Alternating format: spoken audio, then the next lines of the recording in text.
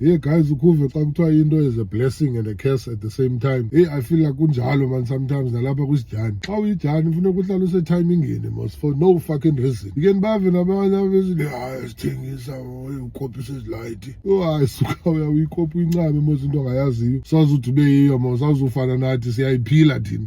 Athi ke asikho lapho namhlanje guys. Back to kule nto ye-timing ndithetha ngayo. Kwizolo ndiyapha emall. Bethe ishopping anyana nje quick in and out pa Pick n Pay ndingene clicks for i-toiletries ndiphume kanje. Kwapha emall mos ndimuva isijani point A point B andibe ndijikeleza imini yonke ngathi ndiyinkazana. Emall bajikeleza imini yonke umuntu ade abone nezinto angenamali yazo aphele ekwelita. But ke asikho lapho namhlanje guys. Kwakulo mall mos uyondiphuma nge-Tiger Line sendihambela phezulu ayisiso kwaezi bayijani beyipusha itroli. Xa ndifika eTransini kuthi igqile tsotsi uba kusemoto wankile awufuni into ukupha isandla. Ndithi sendijahamba mos uba kusehaka lo boy into ngokuthi engathi uyaqhela nje kuzothi qatha bahamba nomjida kwayi-accent yakhe mani ngathi ngumZulu. Akekho kuyo yonke le nto ndikuyo shem mntanabantu. Sezizijani ke ndithetha ngazo ezi otherwise nani majina ningafana nathi. Isizini seyizawuvula nanku uDisemba ulapha sisike si-athende loo mgidi ke une-ora because ngowejani ene-certificate.